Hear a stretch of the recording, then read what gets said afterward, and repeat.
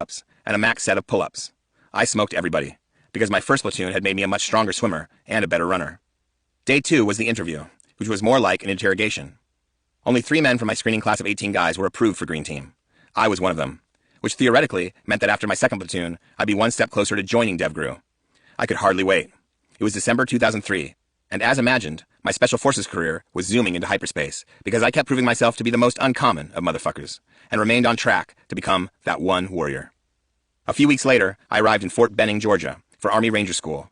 It was early December, and as the only Navy guy in a class of 308 men, I was greeted with skepticism by the instructors, because a few classes before mine, a couple of Navy SEALs quit in the middle of training. Back then, they used to send Navy SEALs to Ranger School as punishment, so they may not have been the best representatives. I'd been begging to go, but the instructors didn't know that yet. They thought I was just another cocky special ops guy. Within hours, they stripped me and everyone else of our uniforms and reputations, until we all looked the same. Officers lost rank, and minted Special Forces warriors like me became nobodies with a hell of a lot to prove. On day 1, we were split into 3 companies, and I was appointed First Sergeant in command of Bravo Company. I got the job because the original First Sergeant had been asked to recite the Ranger Creed after a beatdown on the pull-up bar, and he was so tired, he fucked it up. To Rangers, their creed is everything. Our Ranger instructor was livid as he took stock of Bravo Company. All of us locked at attention. I don't know where you think you men are, but if you expect to become Rangers, then I expect you to know our creed. His eyes found me. I know for a fact Old Navy here doesn't know the Ranger Creed. You know, Goggins, I could keep reading this as is, but, I think you should take it from here. Like, what happened at that point? You know what? So I was a student of the military. And the funny thing about it is people know me for running and all this other crap I did, man. But my life was about the military.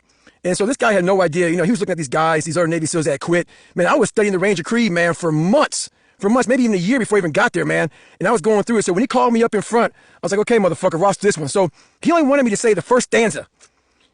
So I said the first stanza and he tried to stop me. So so I'll say it right now. I still know it. Recognizing that I volunteered as a Ranger, fully knowing the hazards of my chosen profession, I will always endeavor to uphold the prestige, honor, and high spirit core of the Rangers, acknowledging the fact that a Ranger is a more elite soldier who arrives at the cutting edge of battle by land, sea, or air. I accept the fact that as a Ranger, my country expects me to move further, faster, and fight harder than any other soldier. Never shall I fail my comrades. I will always keep myself mentally alert, physically strong, and morally straight, and I will shoulder more than my share of the task, whatever it may be, 100% and then some. Gallantly, will I show the world that I'm a specially selected and well-trained soldier. My courtesy to superior officers, neatness of dress, and care of equipment shall set the example for others to follow. Energetically, will I meet the enemies in my country. I shall defeat them on the field of battle, for I am better trained and will fight with all my might. Surrender is not a Ranger word. I will never leave a fallen comrade to fall in the hands of the enemy, and under no circumstances will ever embarrass my country. Readily will I display the intestinal fortitude required to fight onto the Ranger objective and complete the mission, though I be the lone survivor. Rangers lead the way. So, That's amazing. So, I'm ready to charge at something. So I was up there, man, and the hair in the back of my neck was going off. I was bald. And by the time I got this in the Ranger Creed, I had a full afro head of hair. I was just losing my fucking mind, dude. And I was fired up. And then he said, hey, Goggins, congratulations. You are now First Sergeant. And I was like, fuck. Now I got to be in charge of all these assholes, man, along with going to Ranger School. So it became challenging, man. But once again, I loved it. I loved it. He left me there in front of my platoon, speechless. It was now my job to march our platoon around and make sure every man was prepared for whatever lay in front of us.